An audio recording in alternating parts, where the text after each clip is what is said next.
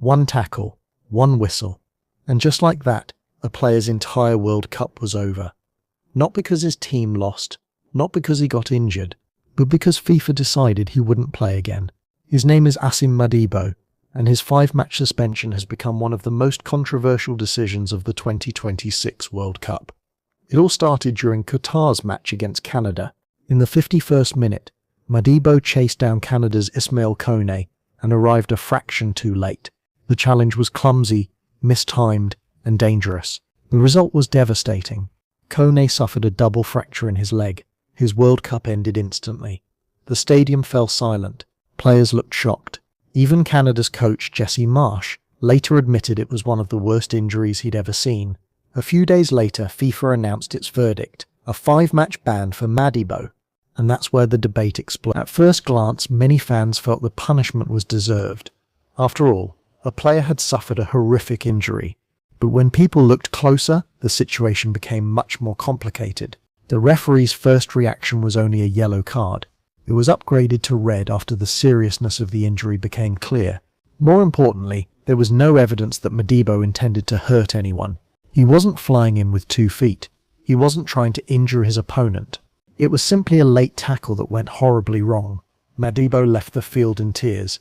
He later visited Koné in hospital and personally apologized. And here's the detail that changed everything. Koné accepted the apology. The player whose leg was broken hugged the player who broke it. Even Jesse Marsh said afterward that he didn't believe Madibo meant to cause such damage. So the question many people are asking is simple. Did FIFA punish the tackle, or did FIFA punish the injury? Because in football, identical challenges can produce completely different outcomes.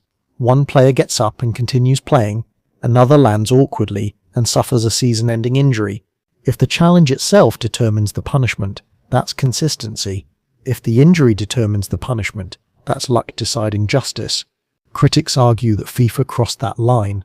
A red card, many can understand it. A short suspension, also understandable. But 5 matches for a player with no history of violent conduct, no proven intent, and a victim who publicly forgave him? That's where the controversy begins. FIFA has offered little explanation beyond calling it serious foul play. Yet many observers feel the punishment reflects the headline created by the injury rather than the actual challenge itself. Now Madibo's World Cup is over. Qatar is already eliminated, and the suspension stretches far beyond this tournament. For some fans, FIFA sent a strong message about player safety.